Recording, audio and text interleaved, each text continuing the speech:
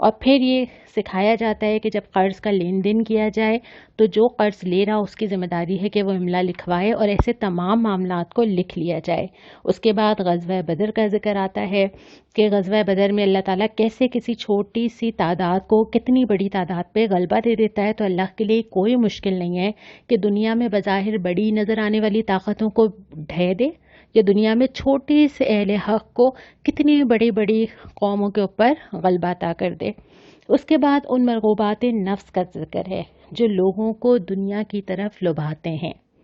یعنی وہ ساری چیزیں جو انسان کو اٹریکٹ کرتی ہیں وہ ہر ایک کے لیے شاید الگ ہوں گی، وہ میرے لیے الگ ہوں گی، وہ آپ کے لیے الگ ہوں گی، اور وہ زندگی کے ہر دور میں بھی شاید الگ ہوں گی۔ وہ بچپن میں کچھ اور تھیں، وہ ٹین ایج میں کچھ اور ہیں، وہ اس کے بعد والے عمر کے ادھیڑ عمر حصے میں کچھ اور ہیں۔ تو زندگی کے ہر حصے میں وہ چیز جو مجھے دنیا کی طرف کھینچتی ہو، وہ ساری چیزیں اس مرغوبات نفس میں آتی ہیں۔ کسی کے لیے وہ گیجٹس ہوں گے، کسی کے لیے وہ کپڑے ہوں گے، کسی کے لیے وہ گھر ہوگا، کسی کے لیے وہ گاڑی ہوگی، کسی کے لیے وہ سونے کے زیورات ہوں گے۔ تو جس انسان کے لیے بھی جو چیز اس کو دنیا کی طرف لبھاتی ہو، اس کو اپنے سے دور کرنا اور یہ سمجھنا کہ یہ دنیا کی چند روزہ زندگی کا سامان ہے۔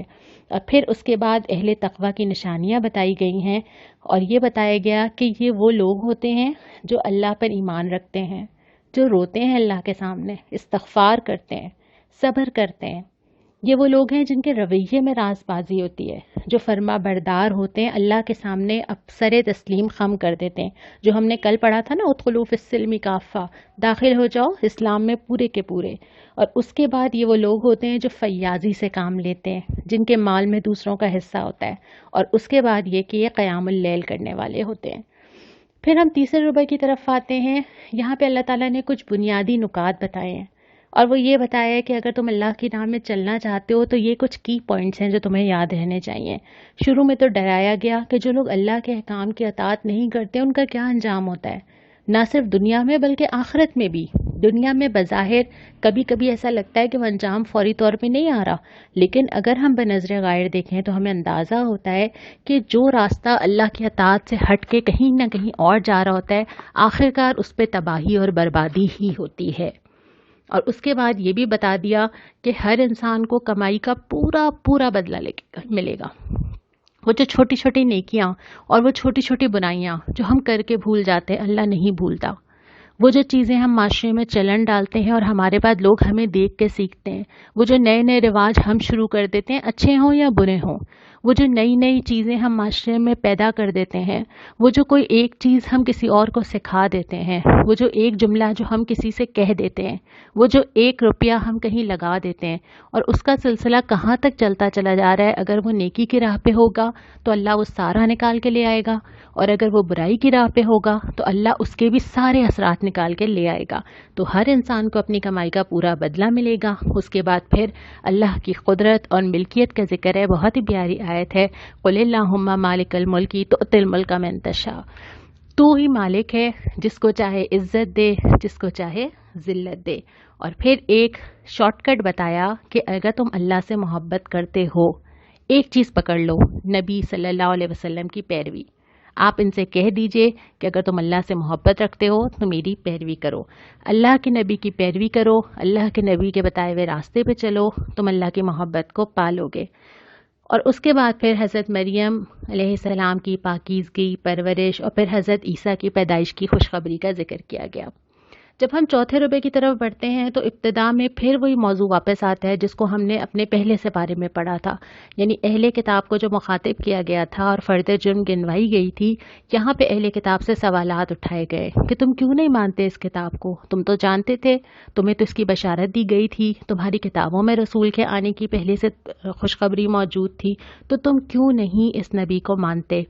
کچھ سوالات اٹھائے گئے اور پھر مسلمانوں کو دوبارہ سے خبردار کیا کہ یہ اہل کتاب کبھی تمہارے ساتھی نہیں ہو سکتے، اور یہ تمہارے حق میں کبھی اچھا نہیں چاہتے، اور یہ وہ لوگ ہیں جو تم سے کچھ اور کہتے ہیں اور کسی اور سے کچھ اور کہتے ہیں۔ اور آخر میں جو اللہ تعالیٰ نے خبردار کیا ہے وہ یہ ہے کہ جو ایمان پا کر کفر اختیار کرے، اللہ اسے بار بار ہدایت نہیں دیتا۔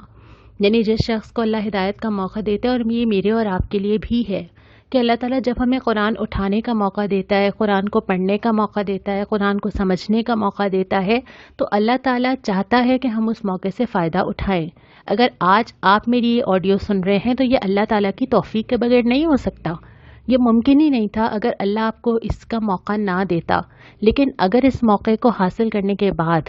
اگر ہم اس پہ عمل نہ کریں، اگر ہم اس سے منہ موڑ جائیں، اگر ہم اس کو اہمیت نہ دیں، اگر ہم مزید قرآن سے محبت محسوس نہ کریں، قرآن کو سمجھنے کی کوشش نہ کریں، تو اللہ تعالیٰ یہ موقع ہر ایک کو بار بار نہیں دیتا۔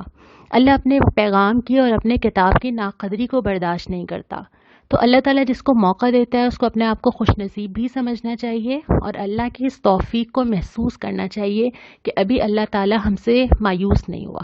ابھی ایسا نہیں ہوا کہ اللہ تعالیٰ نے میرا نام ان لوگوں میں لکھ دیا ہو کہ ان کو قرآن سنانے کا کوئی فائدہ نہیں۔ اگر میں اور آپ قرآن سن رہے ہیں تو اللہ کا بہت بڑا احسان ہے کہ اللہ یہ سمجھتا ہے کہ میرے دل میں ابھی گنجائش ہے۔ ہم نے پہلے سے بارے میں پڑھا تھا نا کہ اللہ ان کے کانوں پر، ان کی آنکھوں پر، ان کے دہلوں پر مہر لگا دیتا ہے کہ پھر ان کو کچھ سمجھ نہیں آتا، لیکن اللہ تعالیٰ مجھے اور آپ کو سنوا رہا ہے۔ الحمدللہ ثم الحمدللہ، میں اور آپ قرآن پڑھ رہے ہیں، قرآن کھول کے بیٹھے ہیں، قرآن سمجھ رہے ہیں۔ تو یہاں پہ یہی سکھایا گیا کہ جو لوگ ایک دفعہ یہ ایمان پانے کے بعد کفر کی راہ اختیار کر لیتے ہیں، پھر اللہ انہیں دنیا میں بھٹکنے کے لیے چھوڑ دیتا ہے،